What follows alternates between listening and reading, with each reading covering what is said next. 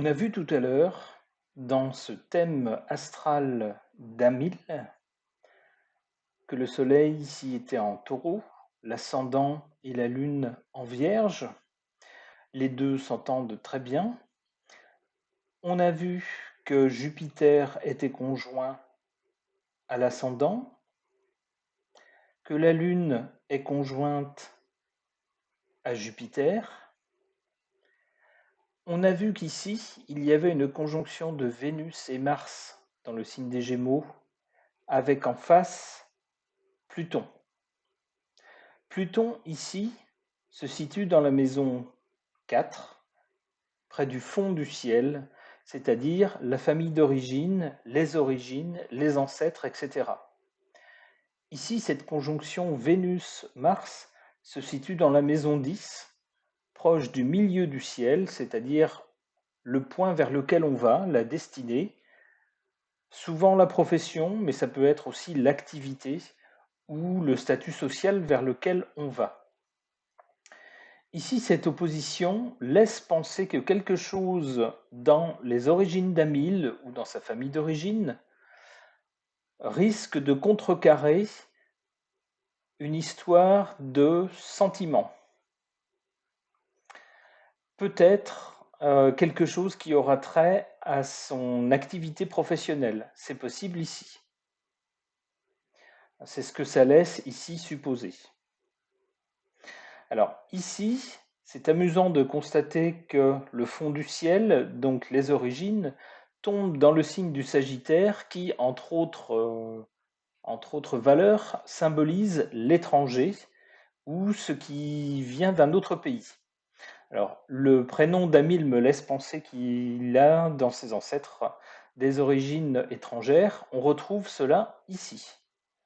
Alors, Amil, je ne sais pas ce qui s'est passé dans votre famille d'origine, mais avec Pluton ici, eh bien, on aurait tendance à penser qu'il y a quelque chose qu'on ne sait pas, quelque chose de caché ou quelque chose de secret. En tout cas, il y a un point d'interrogation ici concernant les origines. Je ne vais pas creuser plus parce que ça ne me regarde pas, ce ne sont pas des choses qui me concernent, mais peut-être que à vous, ça vous parlera. Alors, maintenant qu'on a fait le tour des luminaires, donc le Soleil, la Lune, qu'on a vu l'ascendant, qu'on a vu donc cette conjonction ici et cette conjonction là, on peut reprendre les choses un peu plus dans le détail. Ici, le Soleil, on voit qu'il est en bon aspect, il y a un sextile avec Saturne, ici en Cancer. Ça veut dire quoi? Ça veut dire que d'abord sur le plan de la santé, ça veut dire il devrait y avoir normalement une excellente santé des os, du système osseux et des articulations. Il ne devrait pas y avoir de problème de ce côté-là. Ça veut dire aussi du point de vue du caractère, qu'on a un caractère qui est normalement suffisamment posé pour ne pas se laisser impressionner par des broutilles, par des enfantillages, mais au contraire avoir un caractère sérieux qui sait envisager les choses sur le long terme. Saturne représentant le temps. Saturne représente aussi les responsabilités. Ça signifie aussi qu'on a un caractère qui est suffisamment fort pour être apte à endosser des responsabilités. Des responsabilités concernant quoi? Eh bien, ici, Saturne est toujours dans la maison 10, celle de l'élévation sociale ou de la profession. Donc, je pense que dans votre domaine professionnel, il est tout à fait possible qu'on vous confie des responsabilités ou que vous gravissiez les échelons pour arriver à un poste important. Attention cependant, parce que Saturne, s'il accorde avec de bons aspects une élévation professionnelle, ça se fait quand même au prix de beaucoup d'efforts et de temps. Rien n'est donné gratuitement. On a vu ici que le Soleil est en bon aspect avec la Lune, l'alimentation donc, avec Jupiter. Alors Jupiter, l'une des significations de Jupiter, c'est les artères, le système circulatoire et les artères, et le foie. On voit ici que la circulation du sang se fait bien, hein, avec ce bon aspect ici au Soleil. Mais attention cependant, avec cette opposition ici d'Uranus, il est possible qu'à un moment donné dans la vie, il y ait un accident. Un accident, par exemple un accident vasculaire. Donc ce danger existe. Ou de la chirurgie, Uranus représente entre autres tout ce qui est outils, électronique, ça peut être de la chirurgie aussi, hein. Donc il est possible à un moment donné qu'il y ait de la chirurgie ou un accident en rapport avec le système vasculaire. Que voit-on d'autre avec ce soleil ici en taureau? On voit que le soleil, lui, est bien relié à Uranus. On a donc une personnalité qui a parfois des petites touches d'originalité, mais qui sont bien intégrées à la personnalité. On a dit original un peu parfois, mais pas excentrique. Pas quelque chose qui rebute les autres. En tout cas, pas tout le temps.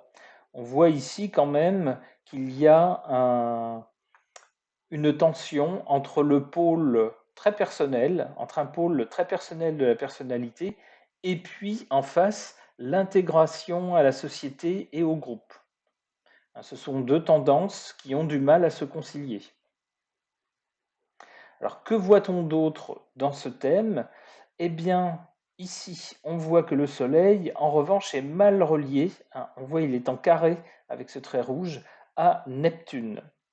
Alors, Neptune, ça peut être les intuitions, ça peut être le rêve, ça peut être aussi très souvent tout ce qui aide à fuir le contact direct avec la réalité.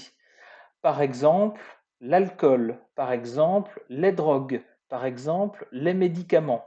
Pourquoi? Parce que ces substances, d'une certaine façon, déconnectent du contact réel avec la réalité et aident à flotter un peu. Eh bien, ici, on voit qu'il y a un danger avec ces substances-là, qu'elles ne sont absolument pas bonnes pour la santé, qu'elles représentent une menace pour la santé. Donc, surtout se méfier de ces substances-là, hein, qui ici affaiblissent alors la santé en général, hein, avec le soleil qui est le centre de la personnalité, le cœur, hein, mais aussi la volonté.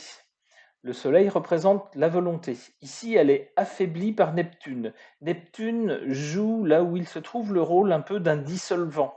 Il a tendance un peu à, oui, à dissoudre, à fondre les choses dans quelque chose de plus grand. Donc ici, attention à ce que la volonté ne soit pas affaiblie, ne soit pas dissoute par l'action un peu malsaine de Neptune. Alors, en revanche, ce Neptune, s'il est mal relié au Soleil, il est très bien relié par un beau trigone à la conjonction Vénus-Mars. Alors, Vénus-Mars en Gémeaux, ça donne déjà la capacité de faire naître chez les autres des émotions, des sentiments. Alors, le Gémeaux étant déjà un séducteur, attention à mille à ne pas abuser de ce don, cette capacité que la nature vous a donnée.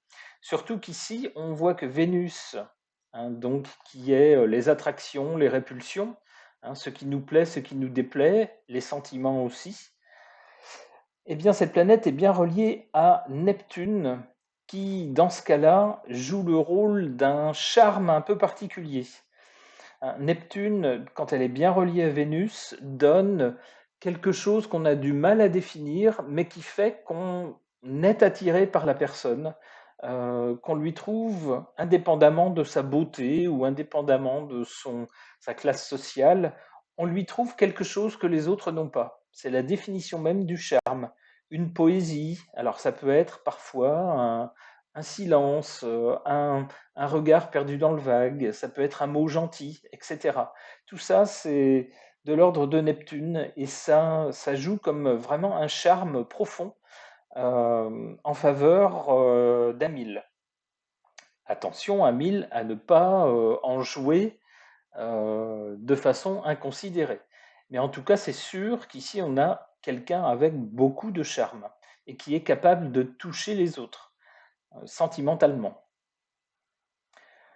Attention ici, comme je l'ai dit tout à l'heure dans la première partie, à Pluton qui pousse à la manipulation, qui pousse à utiliser ses dons pour manipuler les autres et en obtenir quelque chose. Ça, Amil, c'est pas bien. C'est une tendance contre laquelle il faut lutter. Alors, que voit-on d'autre sinon dans ce thème? Eh bien, ma foi, je pense qu'on a à peu près fait le tour. On voit ici Mercure qui représente le mental et le mouvement.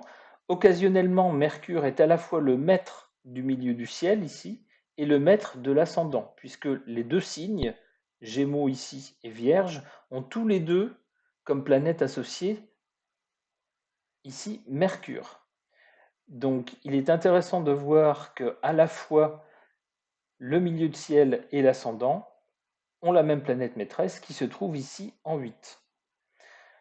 Alors, avec le maître d'ascendant ici en 8, on peut être intéressé par tout ce qui est occulte, tout ce qui relève eh bien, de l'invisible, de ce qui demande d'aller chercher dans les profondeurs. On peut être intéressé par l'inconscient, on peut être intéressé, oui, comme je l'ai dit tout à l'heure, par l'occulte. Avec Mercure ici en bélier, on a un mental vif, très vif, qui est intéressé par la nouveauté et par le mouvement. Le mental ici est en très bon aspect avec, ici on voit Vénus. On a un beau sextile entre Mercure et Vénus. Donc, si on a des talents d'orateur ici, on aura des talents d'orateur pour avoir de bonnes réparties face à ses interlocuteurs, des arguments bien sentis, le sens de la formule qui claque. On a aussi un mental ici qui est tout à fait bien inspiré. On voit ici Neptune qui est bien relié par un joli sextile à Mercure. On a donc aussi ici des pratiques qui, peut-être par exemple la thalassothérapie ou la méditation, ce sont des choses qui relèvent de Neptune, qui aident le mental et les nerfs. Alors les nerfs relevant de Mercure. Enfin, on a ici Mercure qui est bien relié à Pluton. On a donc un mental, une intelligence qui est capable ici d'aller fouiller dans l'inconscient, de deviner ce que les autres cachent et d'aller fouiller dans des domaines occultes. Donc voilà en gros la typologie du caractère d'Amil. J'espère que ce petit tour d'horizon correspondra effectivement à la personnalité d'Amil. J'espère ne rien avoir dit qui puisse l'ennuyer. Et puis, eh bien voilà, je laisse cette carte du ciel à sa disposition pour qu'il puisse en user à sa guise.